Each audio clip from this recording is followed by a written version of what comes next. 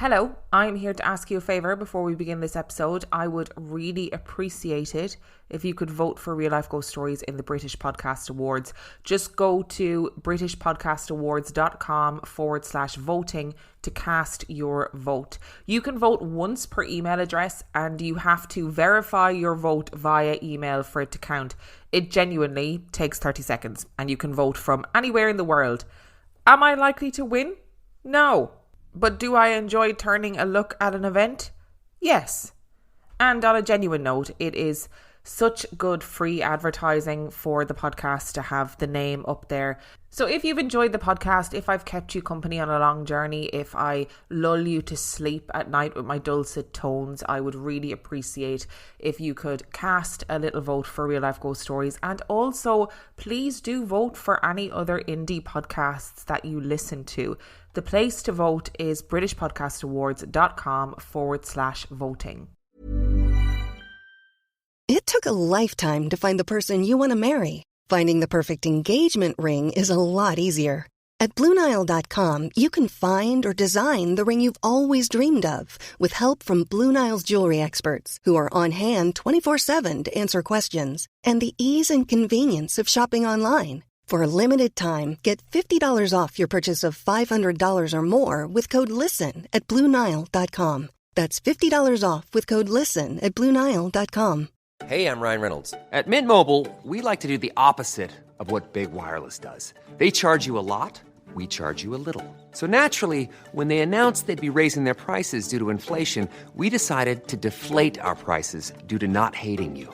That's right. We're cutting the price of Mint Unlimited from $30 a month to just $15 a month. Give it a try at mintmobile.com/switch. $45 upfront payment equivalent to $15 per month. New customers on first 3-month plan only. Taxes and fees extra. Speed slower above 40 gigabytes. See details.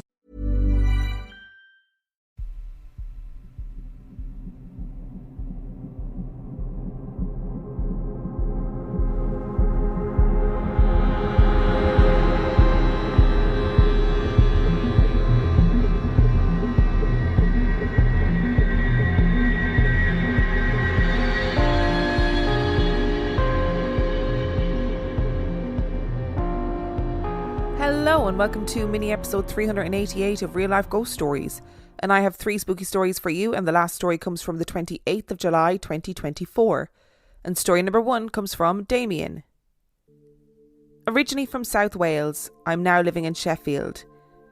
And here are some of the experiences my family have had. When I was about 5 or 6 years old, my mum had just had my little sister after a traumatic birth, and she was finally allowed home after over 2 weeks in hospital. A couple of days after being home, my mum woke up in the middle of the night to the noise of scratching. Thinking it was our cat Marmaduke wanting to go out, she got up out of bed to let him out, only to find him fast asleep in his box. She thought nothing of it and went back to bed. She said she felt a weight on the bed by her feet, with the room pitch black and my dad snoring next to her. She could make out the outline of a person sat there looking at her. She could make out the shape of the person, but there was something strange about it. She described it as if they had wings. She pulled the covers over her head and the weight lifted. A few weeks later, she had booked to go and see a medium. She went in and before she said anything, he said, "Cheryl, I have a letter for you." This letter was sealed and she was instructed not to open the letter until she got home. Once home, she opened the letter to find a handwritten letter. The writing was very distinctive and was recognisable as my Grampy's, who had passed away just before my 3rd birthday at the age of 52. It said, "Hello Cheryl, I came to visit you the other night just to check on you and my new granddaughter. I didn't mean to scare you, but I had come to make sure that you were all doing okay. Love, Dad." This instantly freaked her out but filled her with joy as she really missed her dad. My sister was, and still is, very creepy. When she was around 3 years old, she was sitting on the floor playing and just came out with, "Grampy had a scooter and he fell off and hurt his head." My mum was a bit taken aback and listened as she described the colour of the scooter and the colour of his helmet. My mum went and spoke to my nan, who confirmed everything my sister had said. My sister had never met my Grampy. She was born 2 years after his death. When I was in my 20s, I moved to Sheffield. And not long after I left, my mum and sister sent me a video of my mum's work apron hanging over the door between the living room and dining room. The ties that were hanging down were swinging on their own. There was no breeze and our Jack Russell was asleep on the sofa between them. The ties carried on swinging for a few minutes and even reacting when my mum and sister would ask questions. They have also heard voices from the landing and the attic. My sister has had her name called from the landing, thinking it was my mum in bed, but my mum heard it as well. There's only one place in that house that I refuse to go, and that is the attic. There's just a very bad feeling whenever I go near it, and my sister feels the same. Do you know, every so often we get a psychic story that really and truly blows my mind. It's lovely to think that your granddad was looking out for his new granddaughter and checking in on his own daughter to make sure that she was doing okay. And I'm sure that probably happens a lot more than we are aware of, you know, only that some people just so happen to wake up. But how amazing is that for her to get this letter from the psychic, open it when she went home, and that's what's written in it. And in her dad's handwriting as well. Like, that's amazing. It honestly is stories like that give me hope that psychics are a real thing, you know, and that there are people out there who really do have incredible powers and abilities and are able to bring such closure to people. And your granddad seems to have been very active in your lives in terms of spiritually, like to show up to your sister as well. And clearly he was showing up to your sister and they were having chats, right? That feels like what was happening there. And then on top of that, on top of creepy kids and letters from psychics, you've got the fact that the house is actually probably haunted as well. There's so much going on. And story number 2 comes from Rowan. I'm based in Tasmania.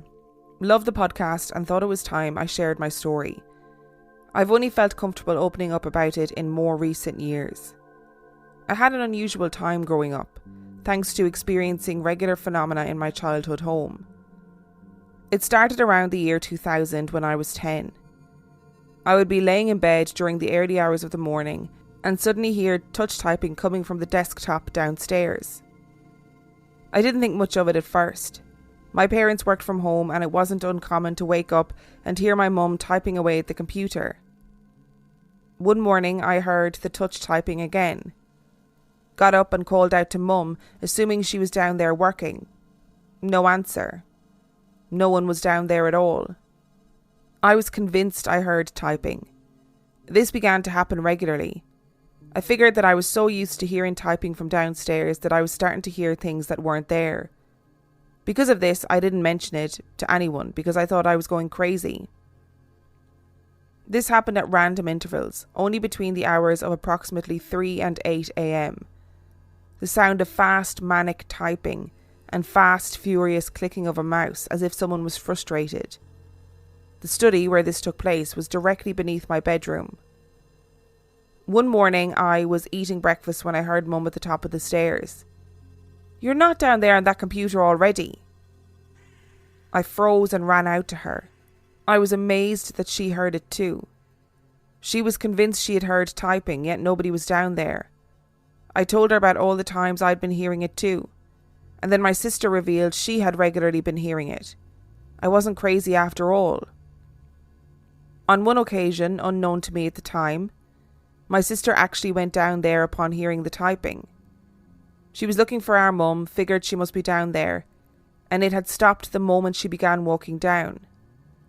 She freaked out once she checked the garage and realised that Mum had gone out for groceries and nobody else was home. I set out to try and catch whatever was causing it, to try and discover a rational explanation for everything. It wasn't the most sophisticated ghost hunting, I was just a kid, and would sprint out of my bedroom at the top of the stairs where I could look down into the room and see if anyone was at the computer. No such luck. Each time I got there, it stopped. It went on for years. We just learned to live with it because it didn't happen every day. The room was always cold. The phenomenon was at its most active when my sister and I hit puberty and our parents divorced. Understandably, there was a lot of energy in the house. At one point, my naive young self set up a Ouija board. Didn't have any success.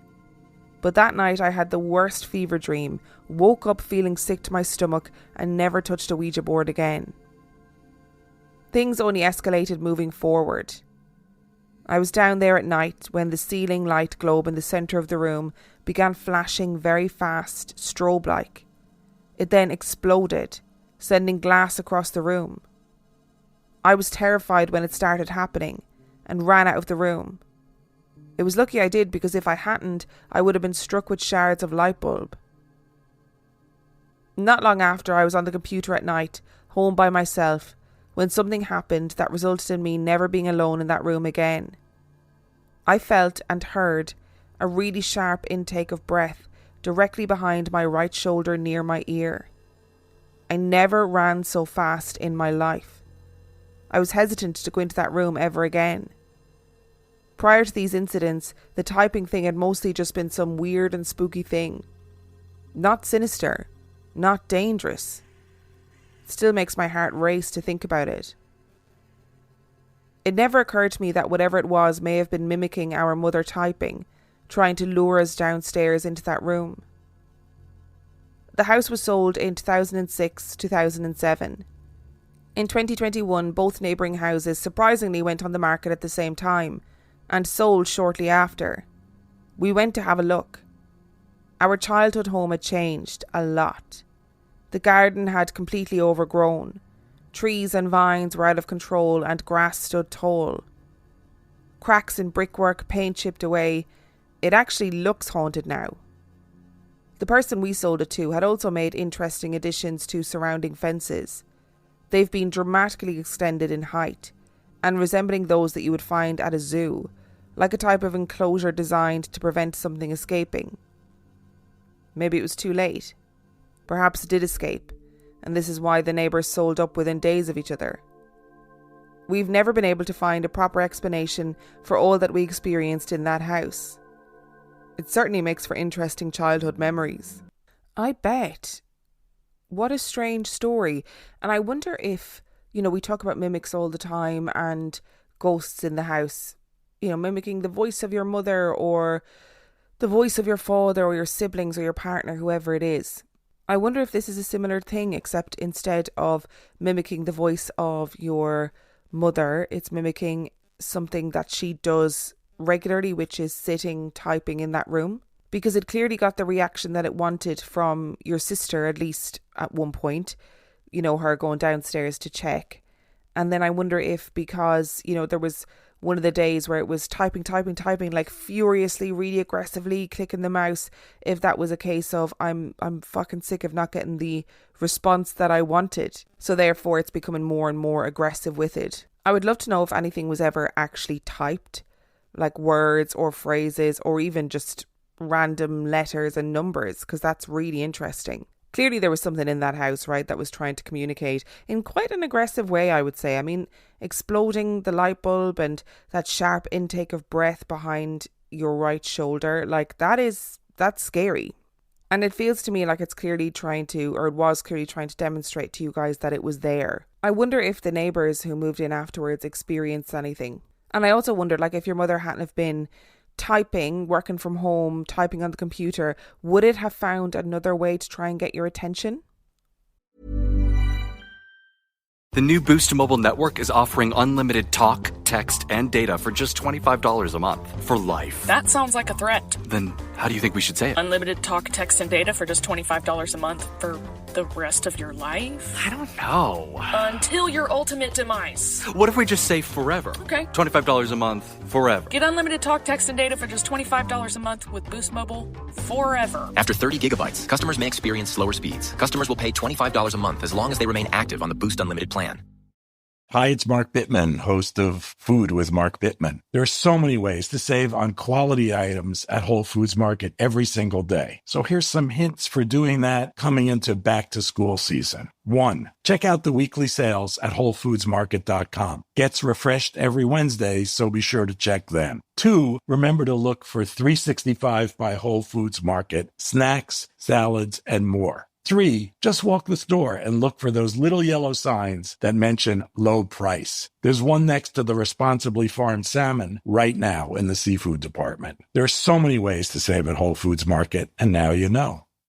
It took a lifetime to find the person you want to marry. Finding the perfect engagement ring is a lot easier. At BlueNile.com, you can find or design the ring you've always dreamed of with help from Blue Nile's jewelry experts who are on hand 24/7 to answer questions, and the ease and convenience of shopping online. For a limited time, get $50 off your purchase of $500 or more with code LISTEN at BlueNile.com. That's $50 off with code LISTEN at BlueNile.com. Hey, I'm Ryan Reynolds. At Mint Mobile, we like to do the opposite of what Big Wireless does. They charge you a lot, we charge you a little. So naturally, when they announced they'd be raising their prices due to inflation, we decided to deflate our prices due to not hating you.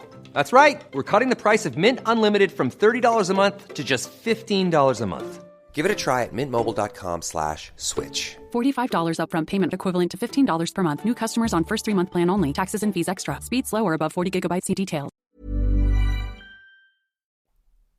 And our final story today comes from Elena. My first story takes place when my grandmother passed away. She died in a hospice, and my parents, grandfather and sister were all in the room with her as she passed. We all went back to my grandparents' house after she had gone, only to find a message left on their answering machine. This was the early 2000s, and the answering machine was attached to their landline telephone. Upon listening to the message, it was a whole lot of strange static, and then the sound of soft crying and my mother saying, "It's okay, she's gone now." The message was from the exact moment that my grandmother had died, from her room in the hospice. The call had come from my grandfather's mobile phone. In those days, it was much harder to accidentally butt dial somebody, and he also rarely called the landline from his mobile, so it was unlikely to be a redial from his last call. It was very fitting, really, as my grandmother was always on the phone to somebody. I think she just wanted to leave us all a message to let us know that she was okay. Fast forward 5 or 6 years, and I was living in my grandparents' former house, the same one with the answering machine. I was living with some friends in a share house type situation. I had my grandparents' former bedroom with an attached ensuite bathroom. My grandmother was notorious for using Dettol antiseptic all the time, for everything. On at least 5 occasions, I would be sitting in my room and would suddenly be overwhelmed with the distinct smell of Dettol. Nobody in the house kept or used Dettol, and I certainly didn't have any in my room. On another occasion in the same house, I woke up in the middle of the night to the sound of someone downstairs in the kitchen opening cupboards, getting out pots and pans and other general cooking sounds. I lay there for at least 5 minutes listening to it, and assumed it must be one of my housemates making a midnight snack. The next day I asked all my housemates, and no one had been in the kitchen overnight, and certainly not preparing a whole meal. My grandmother was Italian, and was always cooking up amazing dishes, so I guess she was just doing what she did best. My last story is not mine, but happened to my mum and sister. They had both been asleep in the same bed when they both woke up from what they assumed was a nightmare at the same time, both very distressed and yelling.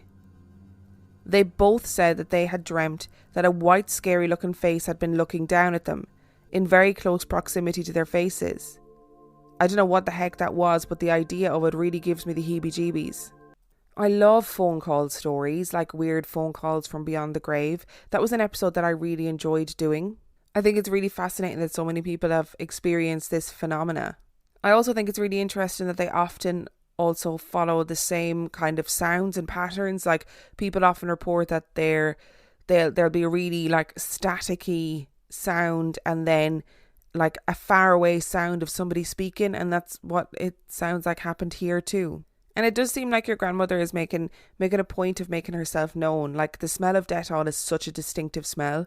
I don't know if Dettol is like a universal thing, but it's basically an antiseptic liquid that you can use to like clean, or you can use it to clean wounds or disinfect cuts, that kind of thing, right? And it's a really distinctive smell. I actually love the smell of Dettol. I think it's a great smell. But it's definitely not a smell that you would confuse with anything else. So what a lovely way to let somebody know that you're there, the smell of Dettol. And again, like, while I would not be happy to wake up in the middle of the night and hear the sound of pots and pans and then find out that, you know, it wasn't any of my housemates, it's still quite a lovely thing to think that your grandmother is still in her lovely Italian way making big hearty meals for everybody. Like, what a beautiful thing.